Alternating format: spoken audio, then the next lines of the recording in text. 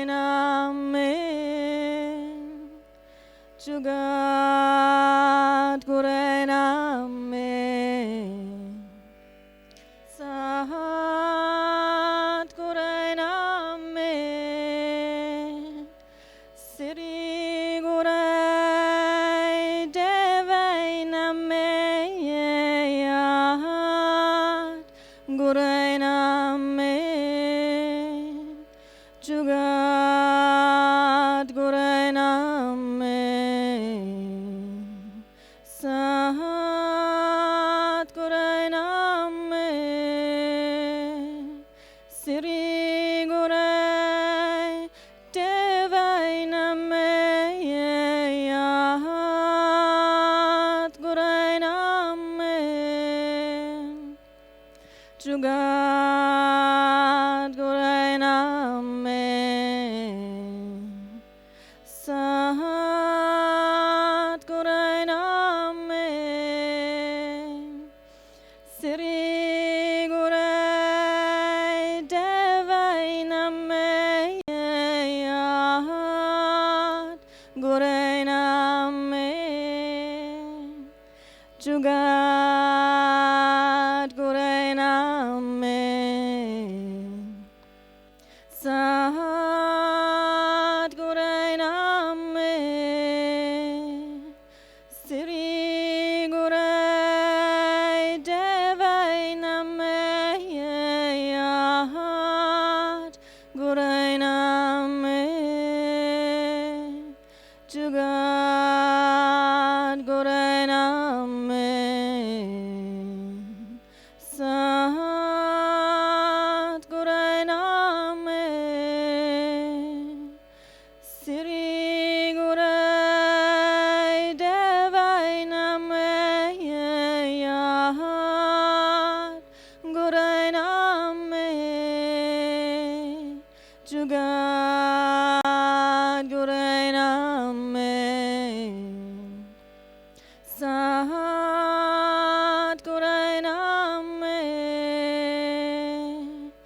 Siri Gurai Devai Name Yahat Gurai Name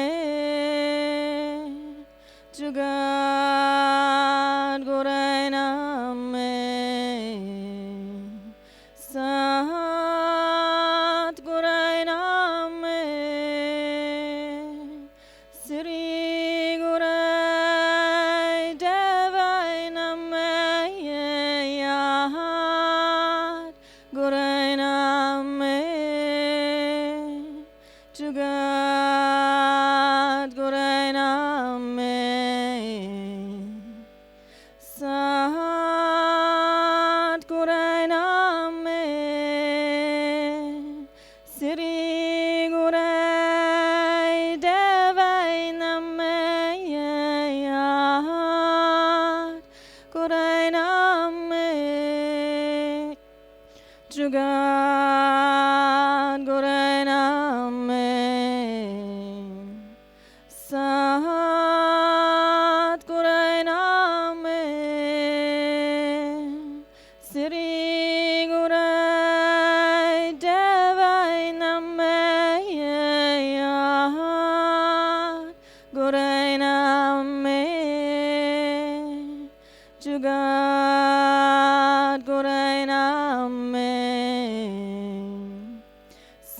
Sahat Gurai Name Siri Gurai Devai Name Yahat Gurai Name Jugat Gurai Name Sahat Gurai Name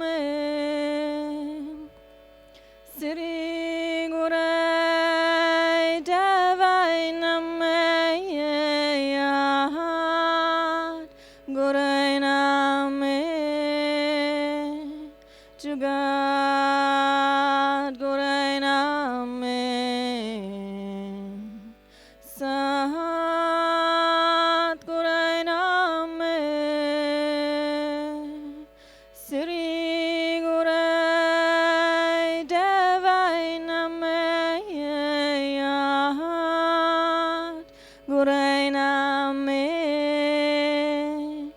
Jugat Gurai Name Sat Gurai Name Sri Gurai Devai Name Yat Gurai Name Jugat Gurai Name Sat Gurai Name Sri Gurai Devai Name Yat Gurai Name Jugat Gurai Name Sat Gurai Name Sri Gurai Devai Name Yat Gurai Name Jugat Gurai Name Sat Gurai Name Sri Gurai Devai Name Yat Gurai Name Jugat Gurai Name Sat Gurai Name Sri Gurai Devai Name Yat Gurai Name Jugat Gurai Name Sat Gurai Name Sri Gurai Devai Name Yat Gurai Name Jugat Gurai Name Sat Gurai Name Sri Gurai Devai Name Yat Gurai Name Jugat Gurai Name Sat Gurai Name Sri Gurai Devai Name Yat Gurai Name Jugat Gurai Name Sat Gurai Name Sri Gurai Devai Name Yat Gurai Name Jugat Gurai Name Sat Gurai Name Sri Gurai Devai Name Yat Gurai Name Jugat Gurai Name Sat Gurai Name Sri Gurai Devai Name Yat Gurai Name Jugat Gurai Name Sat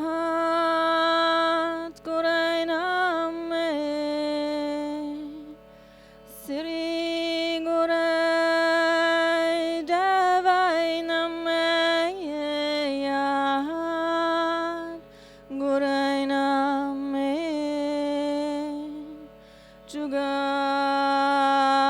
Gurai Name Sat Gurai Name Sri Gurai Devai Name Gurai Name Jugat Gurai Name Sat Gurai Name Sri Gurai Devai Name Gurai Name Jugat Gurai Name Sat Gurai Name Sri Gurai Devai Name Gurai Name Jugat Gurai Name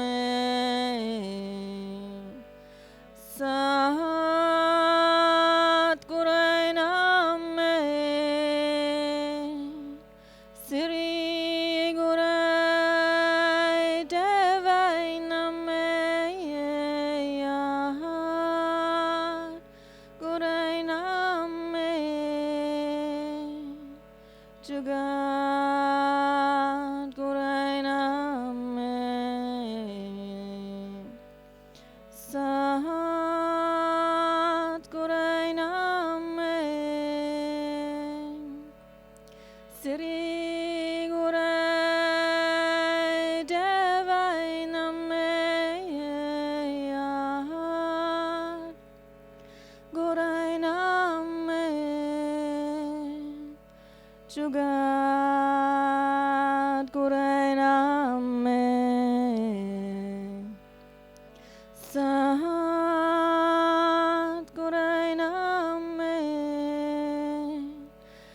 Sri Gurai Devai Name Gurai Name Jugat Gurai Name Sat Gurai Name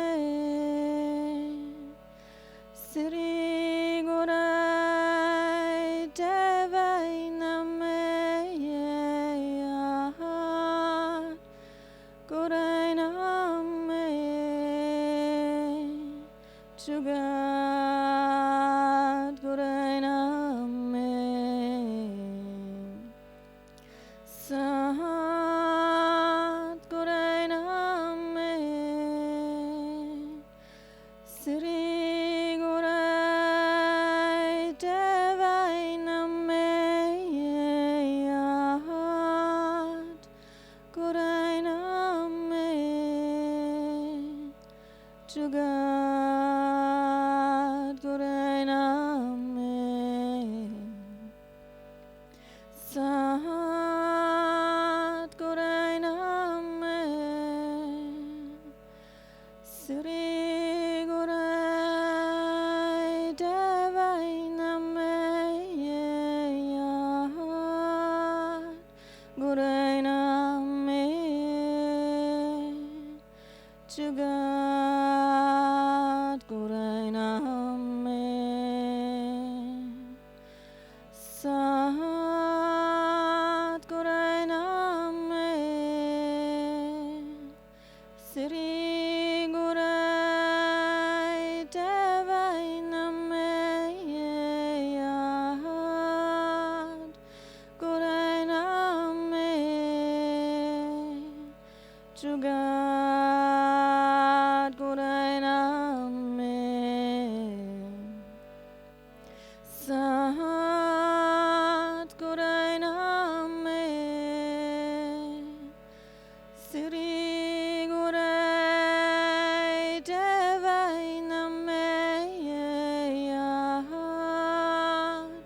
Gurai Name Jugat Gurai Name Sat Gurai Name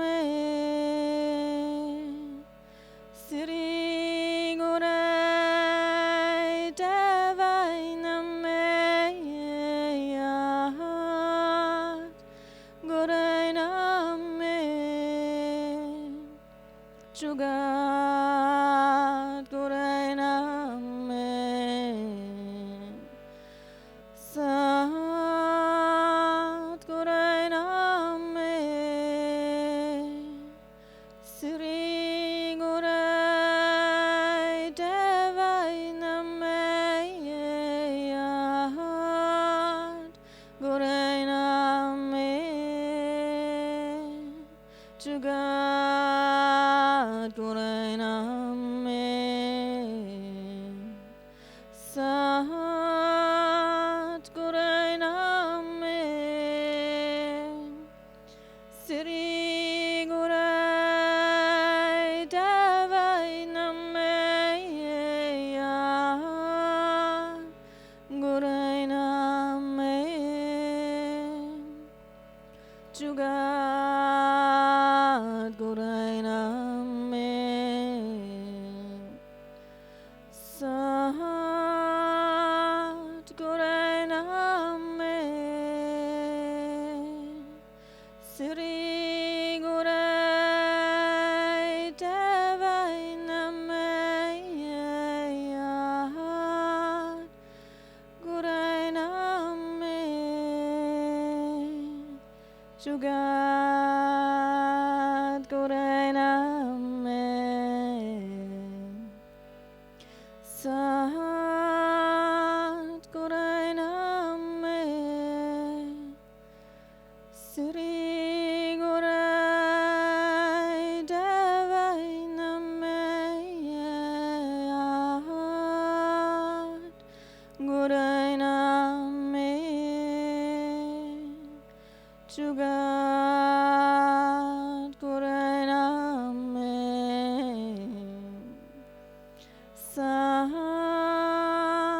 Gurai Name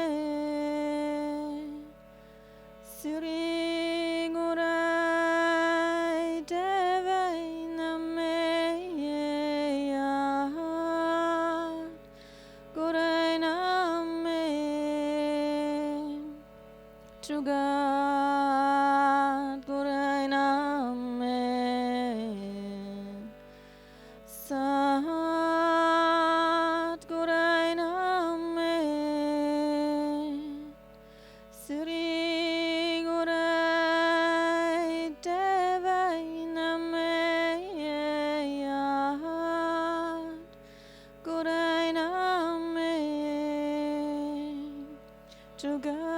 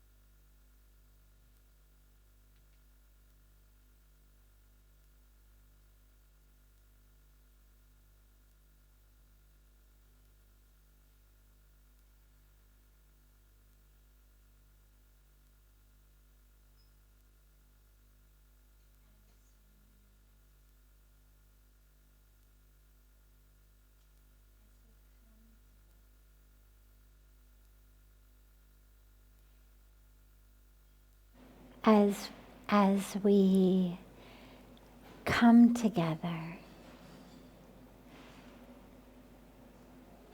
in this beautiful opportunity of satsang, being in the presence of truth together with our community across the world. Let us take a moment and just close our eyes together. Obviously, if you are out, especially if you're driving, don't close your eyes. But assuming that most of you are home, that most of you are sitting someplace where you can safely close your eyes, do so. And allow the awareness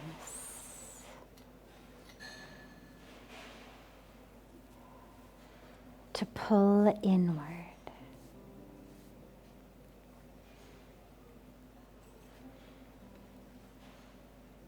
The focus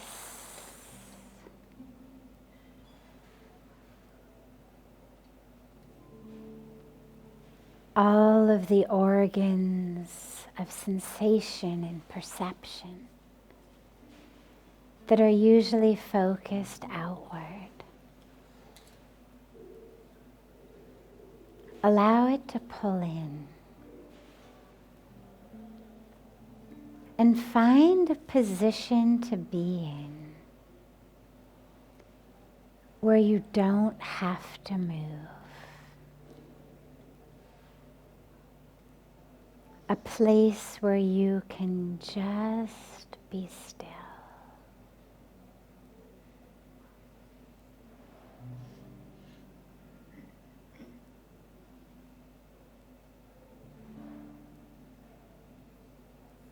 Drop into that stillness.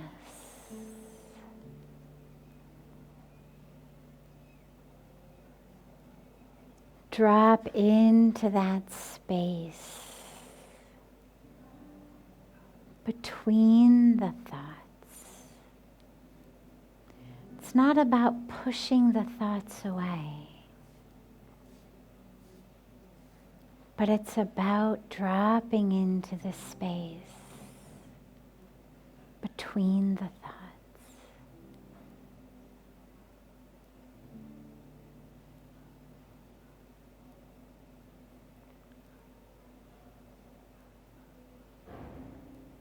Bring the awareness to the breath.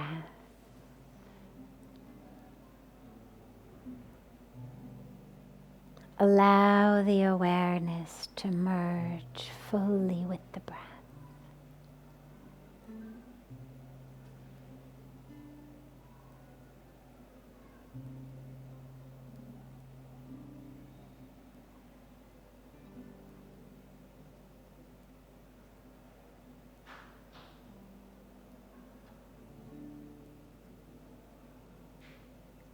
If thoughts come, sensations come, don't fight them off, but just draw the awareness back to the breath.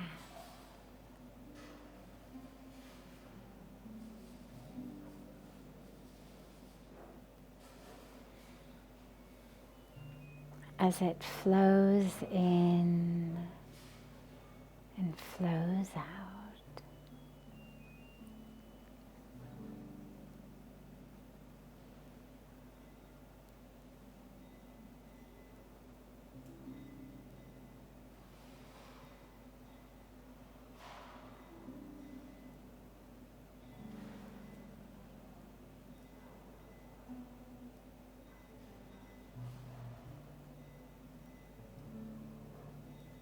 And notice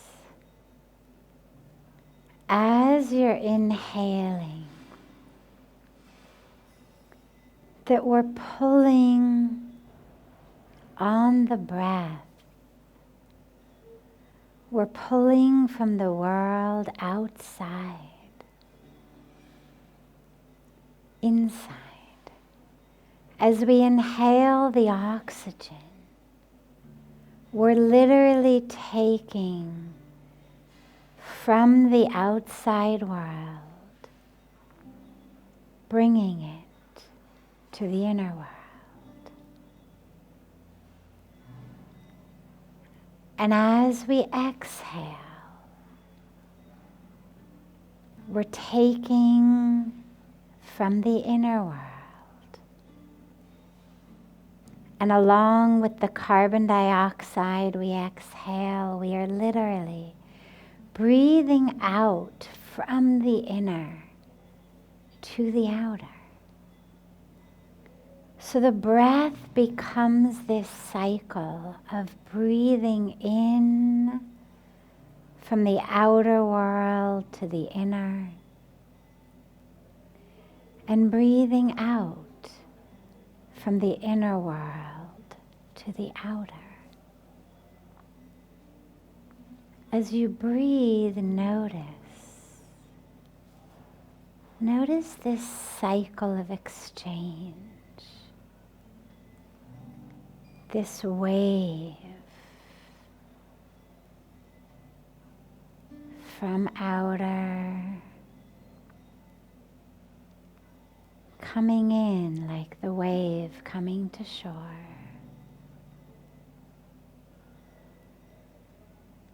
And then going back out in a continual, unbroken cycle.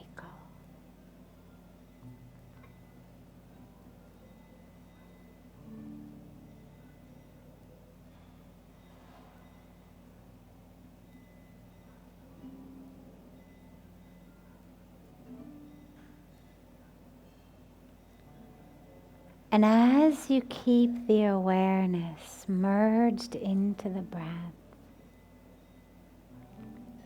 as you hold the body absolutely still, notice as you breathe that slowly that border between inner and outer dissolves.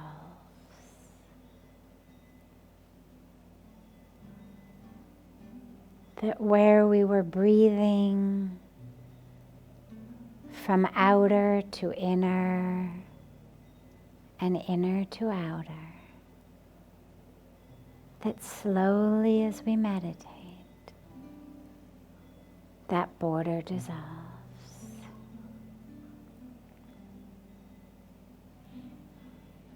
There is no inner. There is no outer. There's just breathing.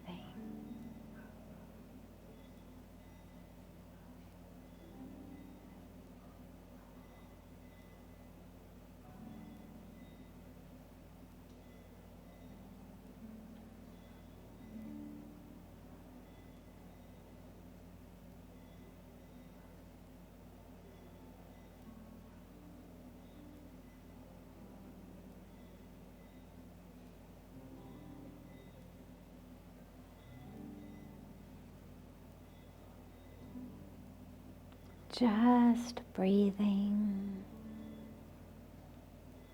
an awareness of the breathing.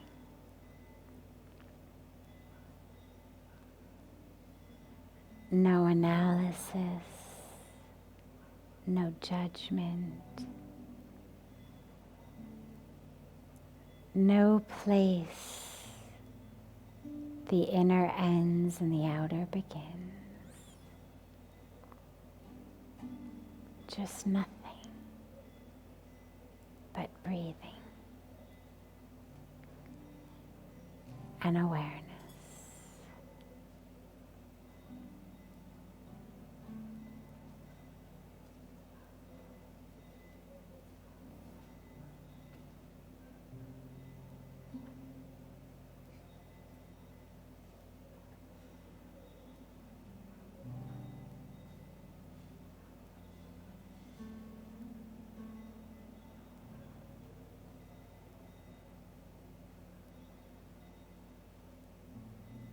Gently bring your hands together at chest level. Rub the hands against each other. And then take that energy in the hands and just rub it on the body. Just offer it to yourself.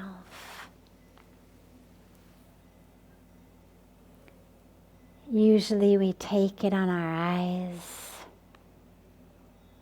But these days with the instructions regarding the virus, we're not touching our eyes. So we offer it to the body.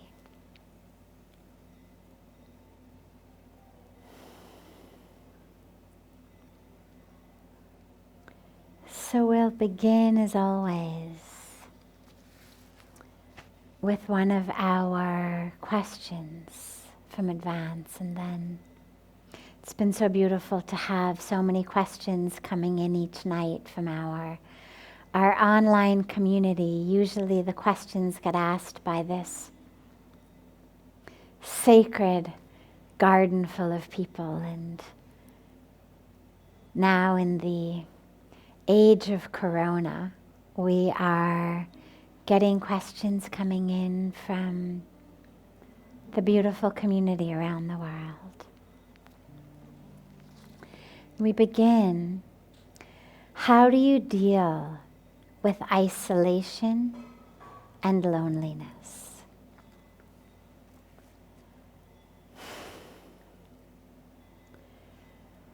So it's a very interesting question, actually, because our lives as human beings,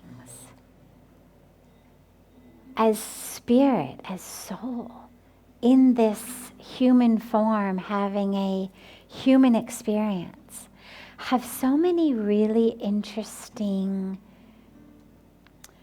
not dichotomies, because that implies that they are somehow opposite or can't coexist, or that they are in conflict in some way, but just two different truths that we are offered an opportunity to find the space for them to coexist. And one of these is that concept of connection or aloneness. Because on a deep spiritual level, we know that ultimately the highest, deepest purpose, the reason we're here, is to experience the truth of ourself, our capital S self. Self-realization, God-realization, moksha, enlightenment, samadhi, whatever term we use for it. And this is what has sent sages and rishis and meditators and seekers into caves for thousands of years. It's what sends people into, if not actual caves in the mountains, it sends them to caves in their homes, caves in their room, caves in our mind. Because we know the practice has to be me and God. That's what it's about. And so much of the spiritual practice is about this disconnection from being so impacted and affected by the things of the world, by the people of the world, by the changing nature of the world, to develop the ability not to react to it, but to just stay grounded and anchored inside. So that's one aspect. And then this other aspect is the fact that we crave connection and that we actually need it. Not crave it in a way that it's a desire to be overcome, but actually need it. That actually connection is essential. It's essential to our physical well-being. It's essential to our emotional well-being, our spiritual well-being. And these two truths to be opposite until we find that place of where they can coexist. And that place is the answer to the question of how we deal with isolation and aloneness. Because that craving for connection, a lot of us misinterpret it into being about a large social network, a social circle, the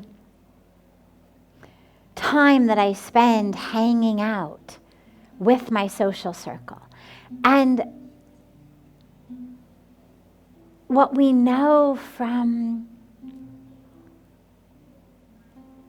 so much spiritual history and teachings, as well as just from our own experience when we're deeply honest with ourselves, is that while those moments may absolutely be enjoyable and fun, they're not usually the ones that leave us with the greatest spiritual experience. They're not the ones that leave us feeling the most deeply connected to the expansive nature of the self, that ironically we get alone with our eyes closed, sitting in our cave or the cave of our mind. And so what we realize is that the need for connection is actually about, it's not so much about a particular group of people, but it's a connection to the divine, manifest in the creation. And this is what enables saints and sages and spiritual seekers to spend years meditating in the jungle, never seeing another human being, but experiencing that divine connection, that very present experience of a connection with the trees, with the animals, with the leaves, with the river, with the rising and the setting sun, with the divine within them.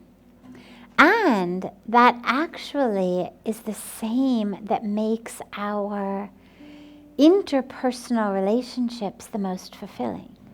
The relationships that are the deepest, the ones that really take us closer and closer to the truth of who we are the relationships in which, through that love of the other, we experience a connection to God. And so it's not about you in that body, me in this body, us as two separate individuals, hammering out, a living and a life and compromising on this and I win over here and you win over there. Not that. But rather, the extent to which we can actually see the divine in each other.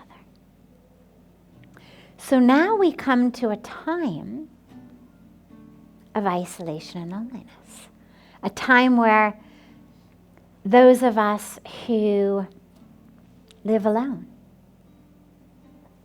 find ourselves isolated, alone, absolutely, physically, with all sorts of rules not to go out.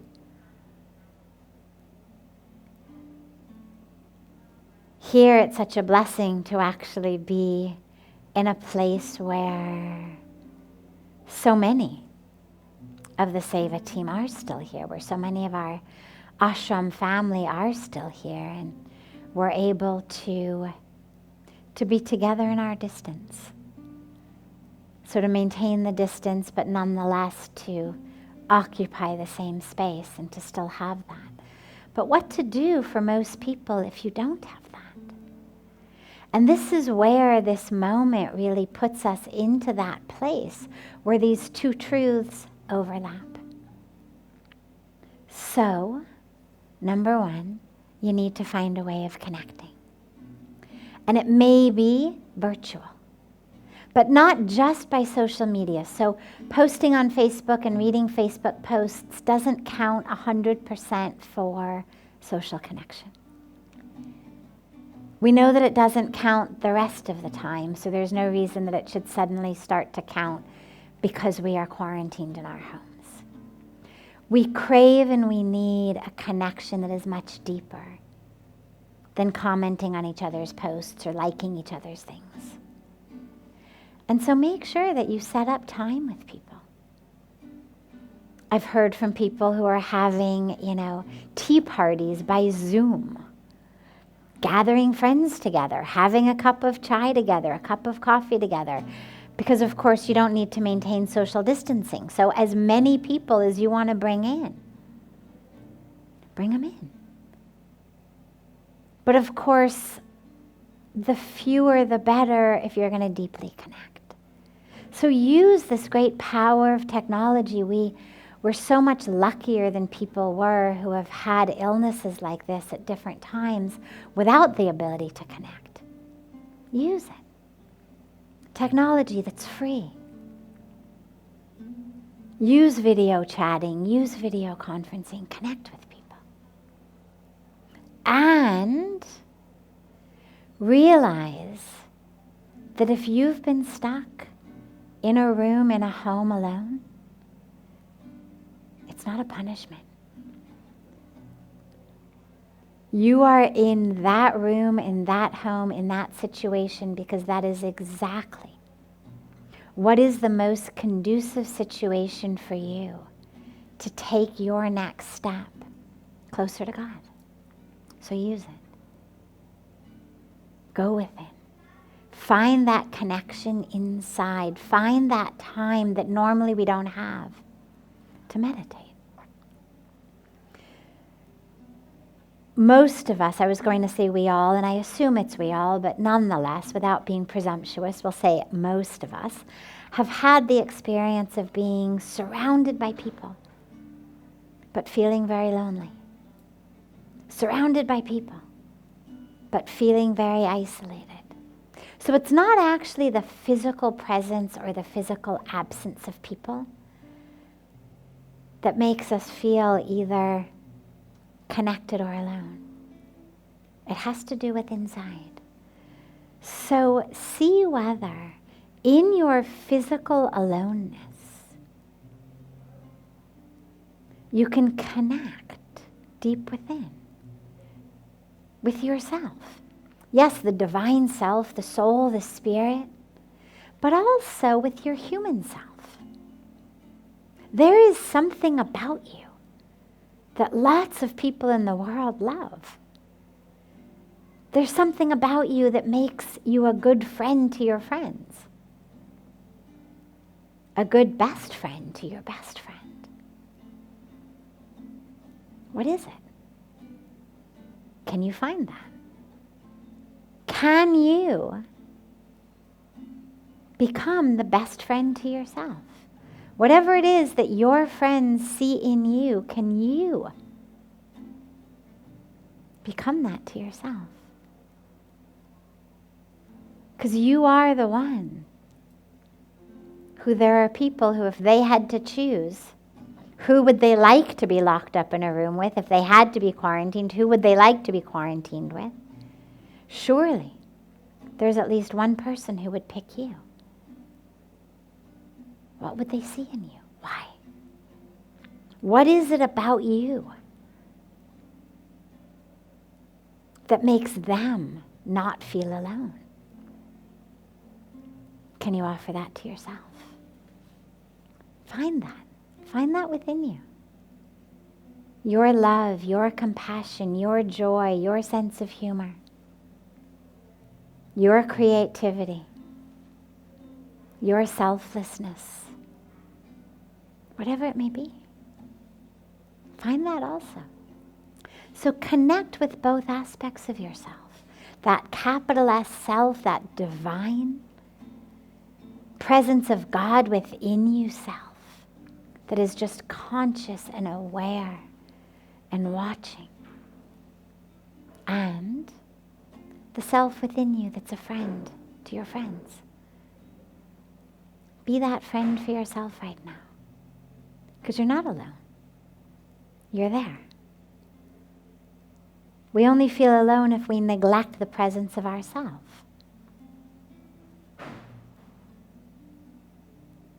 So stop neglecting the presence of yourself. embrace it.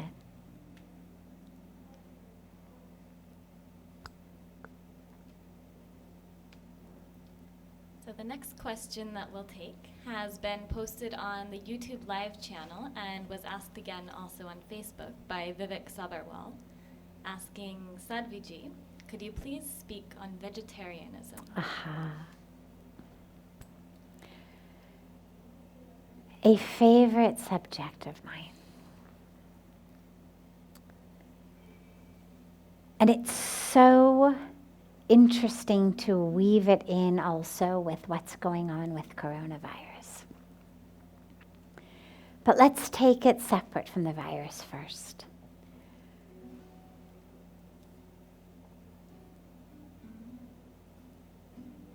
The idea of living a life of nonviolence is something that's very core to most of us.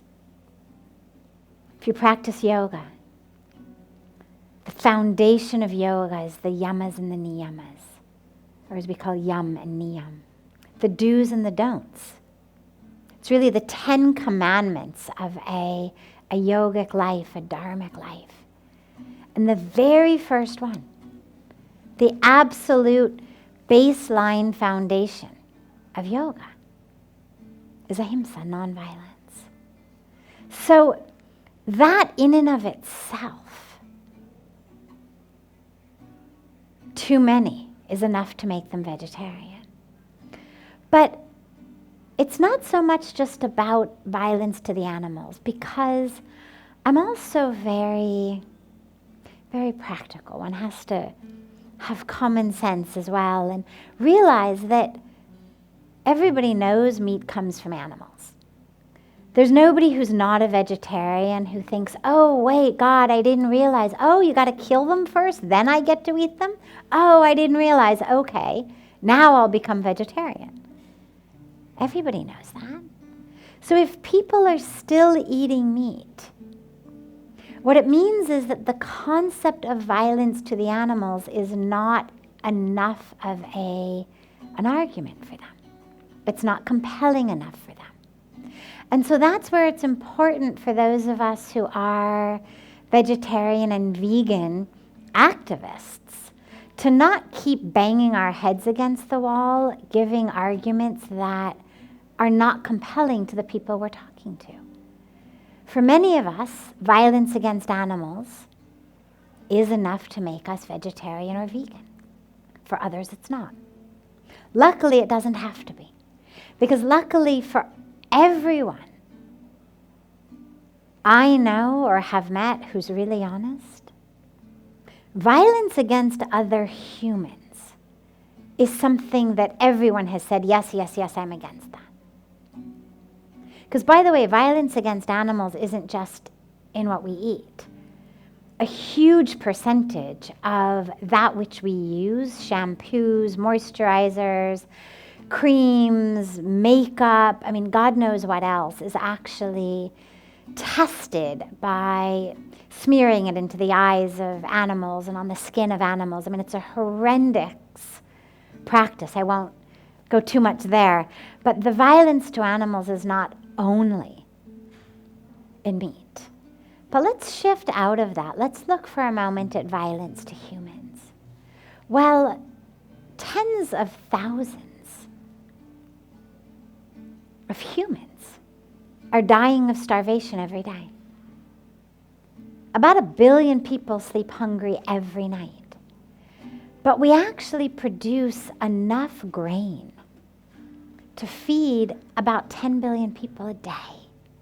Now, there's only 7-something billion people who exist. So we actually make enough grain to feed more than the people on the planet. There's no reason for anyone to go hungry. But the issue is that the grain we produce isn't fed to people. It's fed to the cows and the chickens and the pigs who later become our hamburgers and our hot dogs and our chicken McNuggets. So the meat industry, animal agriculture, is literally in many ways pulling bread out of the hands of starving children. And so if violence to animals isn't enough to compel us to stop, is violence to starving children? Would you ever pull the bread out of the hands of a starving child? That's what the meat industry does. And then we take it another step and we say, well, all right, if animals and people don't compel you, what about the planet? What about Mother Earth? Because we also know by statistics from the United Nations and then so many other organizations that, again, animal agriculture is the single greatest cause of climate change. Between the carbon dioxide, the methane, the deforestation, it's insanity. And so it really doesn't actually matter what you care about, as long as you care about something. If it's animals, if it's people, if it's water, if it's trees, if it's the Amazon, if it's the indigenous people who live in the Amazon, if it's the future generations. Being a vegetarian is the answer to all of that. And by the way, in almost all places of the world, to me, it's not enough, but we really need to go vegan. And it's important to realize also that in India, when we speak about vegetarianism, it also includes no eggs. In India, when you say vegetarian, it means also no eggs.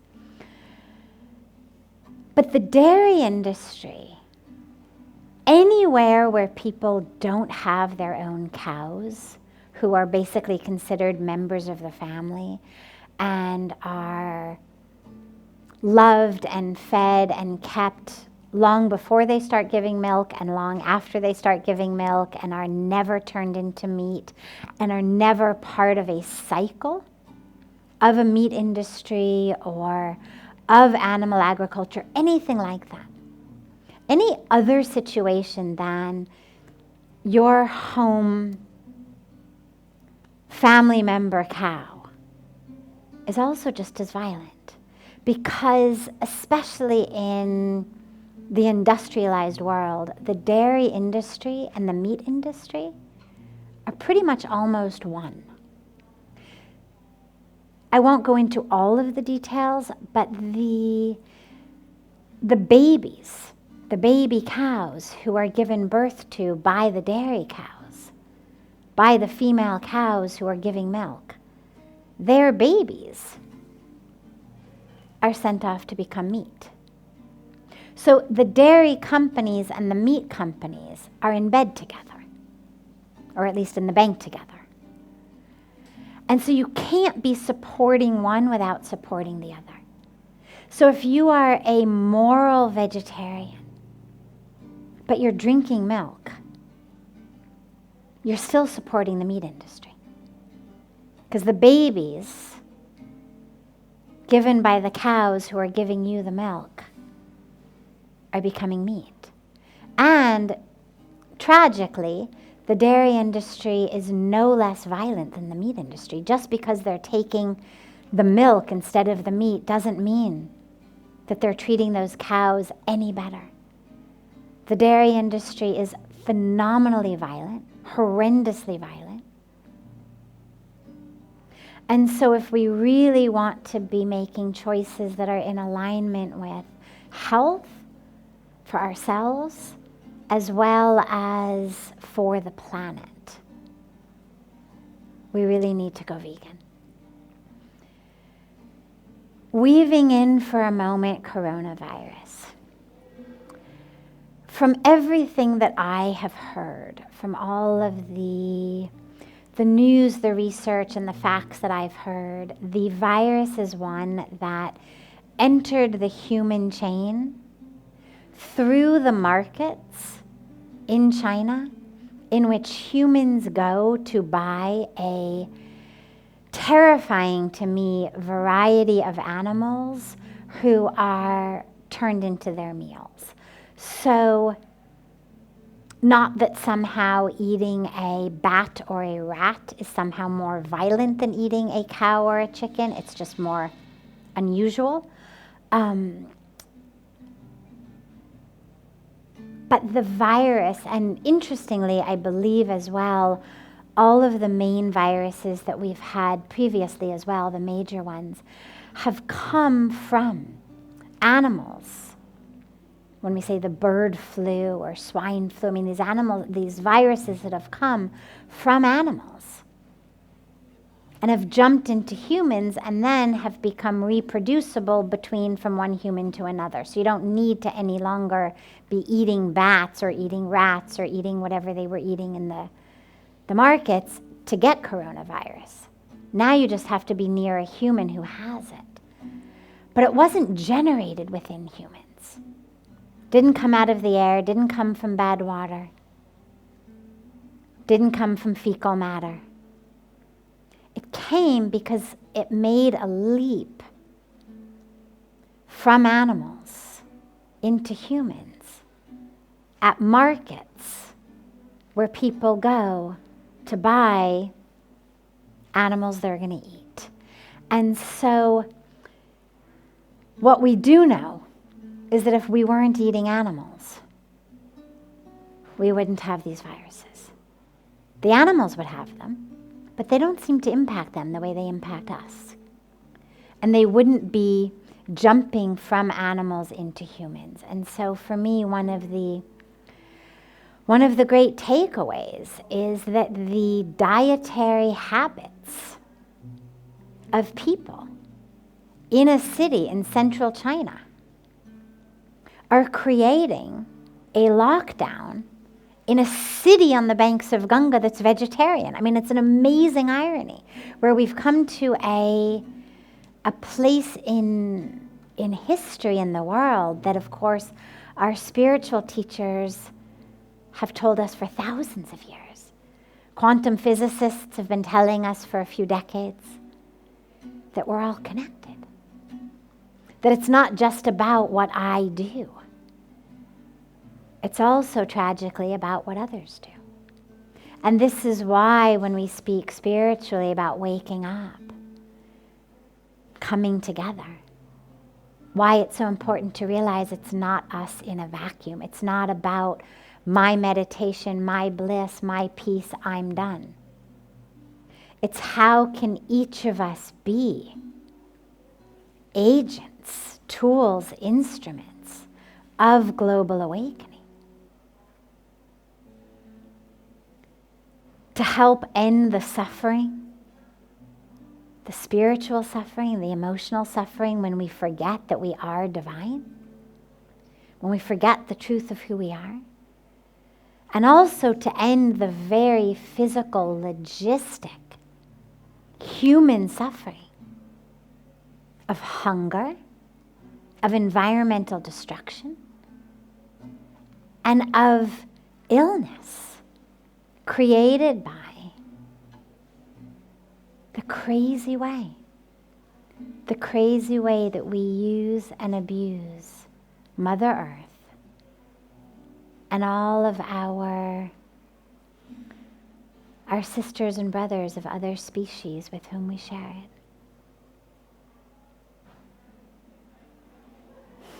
So let this be a great opportunity for more and more of us to go vegan.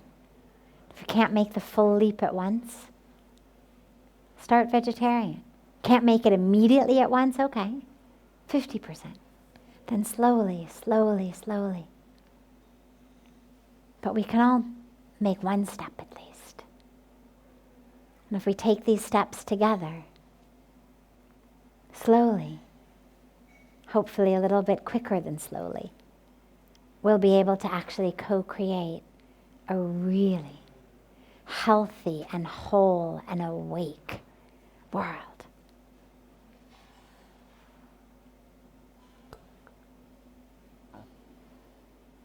The next question that we'll take was posted on the Facebook live chat by Anna Carolina, and she's asking, in these difficult times, we can see the best and the worst of people. how to deal with people close by, showing their worst side and not the best.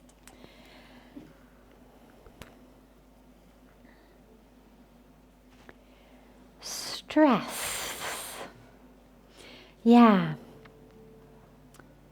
Being cooped up in a small area with people you love but who drive you crazy. This is yet another opportunity the coronavirus has given us. And of course, people you love but who drive you crazy at a time when you're worried, you're stressed. Understandably, all of our survival instincts, our sympathetic nervous systems, our fight or flee nervous systems are all running on overdrive. And it's not unreasonable. We are at risk. This is exactly the time that these nervous systems are created for. It certainly makes more sense to be stressed now than to be stressed because someone took your parking spot, or the things that stress so many people out on a regular day, that the store is out of the things that you wanted to buy, or your brand of cereal, or the stuff that stresses us out normally. We're now dealing with life and death situations, survival situations. And we know that stress is the worst thing for our immune system. So while it is a fantastic tool, if you have to outrun a tiger, don't try it. You're not going to succeed very well, but at least it's going to give you all the energy to do your best. Or if you've got to lift a car off of your infant child trapped beneath it, or do any other kind of extraordinary physical feat to save yourself or a loved one, the stress hormones are phenomenally great at that. It takes all of the energy from within the body, the digestive system, the immune system, and it takes all of that and it sends it to our limbs, our arms, our legs, so we can run or fight. But it isn't meant to be sustained. It's meant to be a few minutes, half an hour, a few hours, while we fight off the threat or run to safety. Because as it shuts down our immune system, we become much more vulnerable. And ironically, this particular threat is a threat that requires us to have very robust immune systems. So the first way to deal with the people we love but who drive us crazy is to ground and anchor yourself. Because you need to stay healthy. And every minute that you allow yourself to get stressed, of course, doesn't help you spiritually, doesn't help you emotionally, but it also is harming you physically. It's also debilitating your immune system. So the very thing that you fear most, your stress is actually making it much more likely to happen. So if you've never had a good reason to deal with your stress before, deal with it now. Meditate, pray, do deep breathing, listen to chants, listen to beautiful music. If you live someplace it's safe to be outside for a walk or a run, do that. If not, do a lot of jumping jacks in your house. Oxygenate your blood. Get creative. Paint, draw, write, read.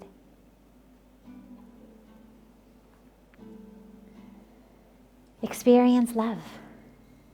Do whatever you need to do to feel as much love as you can. Serve. Figure out if there's any way you can be of help to others, any way that your day can actually make a difference to others. How can you in these moments have a healing effect on others. Some of us may have a great opportunity to do it, may live in places where homeless shelters need food, where homeless people need food. I mean, we may have a very specific way of dealing with that. It may be to connect with your global community, share love. Maybe any one of a million different ways. Maybe sewing masks I found today.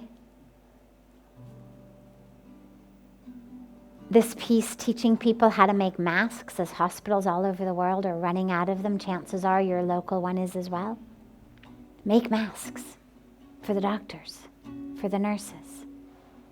Help keep them safe.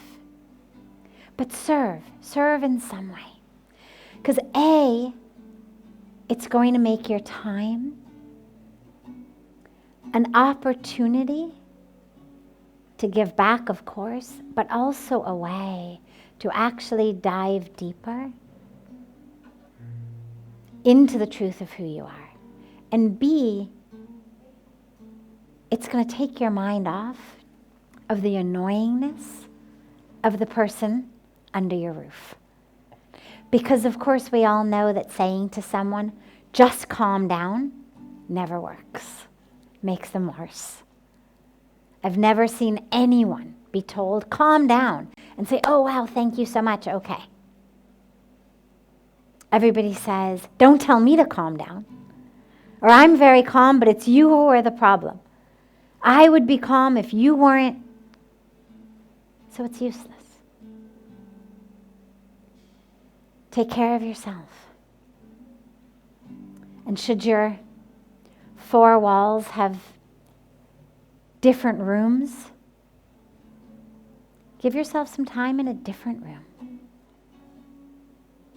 So that you can recharge your batteries, because you're going to only be able to share love and peace with someone if you've got that.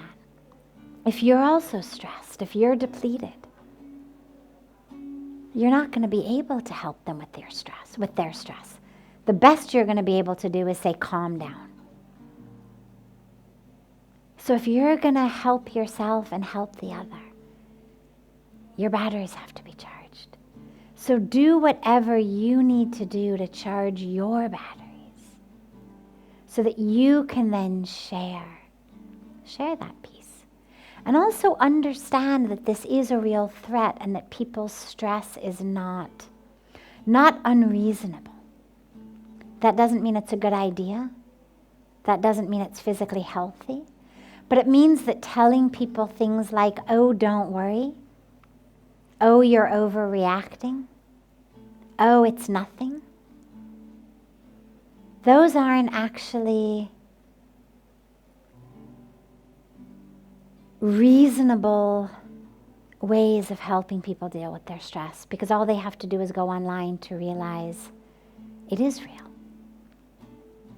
But so it's a time for all of us to realize, all right, with the very real threat of illness and death, how do we stay stress-free? We're all going to face it at some point in our lives anyway, whether we get sick and die of coronavirus or something else tomorrow or 60 years down the line. At some point, every one of us is going to be facing the stress of death. So we might as well use this as practice. How do you deal with it? And how do you deal with it when your loved ones are stressed? Whether they're stressed about their own death or they're stressed about your death. Let this be practice, because the situation will arise again. And the only way not to be stressed about death is to be so grounded in life, in love for life, and the awareness, the real full awareness of who you are and what the gift of this life is to you.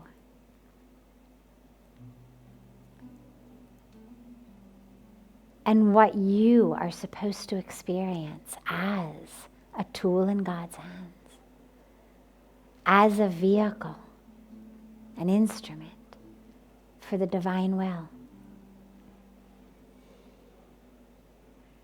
So why not learn it now? Why not take that time? Go within. Learn it now. Become that tool. It'll be a fantastic help for right now, and it'll be a fantastic help when illness and death eventually, by God's grace, not for many, many, many, many more decades, does inevitably hit each of us.